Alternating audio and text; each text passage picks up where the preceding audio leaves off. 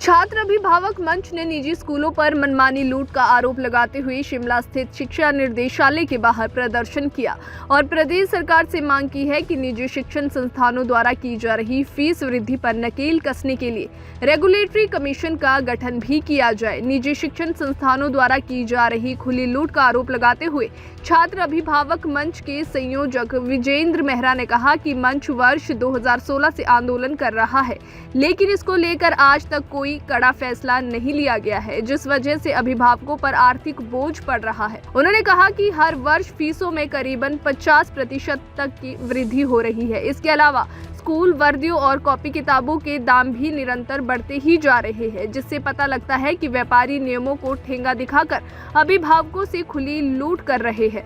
विजेंद्र मेहरा और क्या कुछ कहते हैं वो आप सुनो। 2016 से छात्र अभिभावक मंच आंदोलन लड़ रहा है। खास तौर पर जो मनमानी लूट है स्कूलों की, भारी फीसें हैं, हर साल फीसों में कई गुना इजाफा हो जाता है, आपको मालूम है 8% से लेकर 50% भी हो जाता है।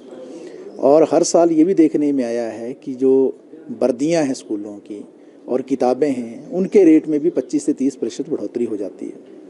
असल बात क्या है? असल बात ये है कि हमारे देश के अंदर जो कानून है, सुप्रीम कोर्ट की जो जजमेंट्स हैं, माननीय हिमाचल प्रदेश उच्च न्यायालय की जो जजमेंट है 27 अप्रैल 2016 की, ये सारे के सारे कानून और जो माननीय न्यायालयों की जो जजमेंट्स हैं, ये किसी भी तरीके से व्यापारीकरण पर रोक लगाती हैं स्कूलों की। लेकिन हम क्या देखते आए हैं कि जो सरकार के आदेश भी हैं और न्यायालयों की जो जजमेंट्स हैं, उसको भी धत्ता बताकर जो है स्कूल मनमानी करते हैं। और इसीलिए जो आज से 5-6 साल पहले जितनी फ़ीस थी स्कूलों से, उससे दुगना से भी ज़्यादा हो गई है फ़ीस।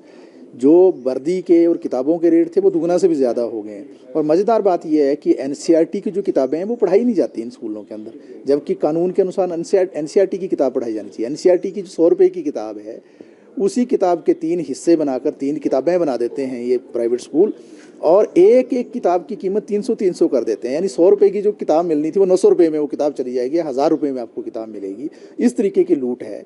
तो ये कुल मिलाकर जो है सीधे रूप में तानाशाही भी है, लूट भी है, मनमानी भी है। और इन सारे विषयों को हम समय समय पर उठाते रहे हैं, सरकार के पास भी आंदोलन के माध्यम से, उच्चतर शिक्षा निदेशक के माध्यम से।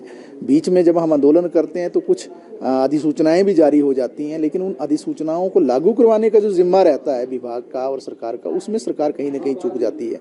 हम लगातार इस बात को कहते रहे हैं कि अगर निजी स्कूलों को संचालित करना है, इन पर अंकुश लगाना है, भारी फीसों पर रोक लगानी है, तरह तरह के जो चार्जेज के नाम ही इतने ज़्यादा हो गए, आपको मालूम ही नहीं है कितने चार्जेज हैं। कभी एनुअल चार्ज बोल देते हैं, कभी मिसलिनियस बोल देते हैं, कभी ई केयर बोल देते हैं, कभी स्मार्ट क्लासरूम बोल देंगे, कभी कंप्यूटर रूम का चार्ज बोल देंगे, कभी दूसरा चार्ज बोल देंगे। और ये सारी चीज़ों पर जो है इनको रेगुलेट करने के लिए कमीशन होना चाहिए हिमाचल प्रदेश के अंदर।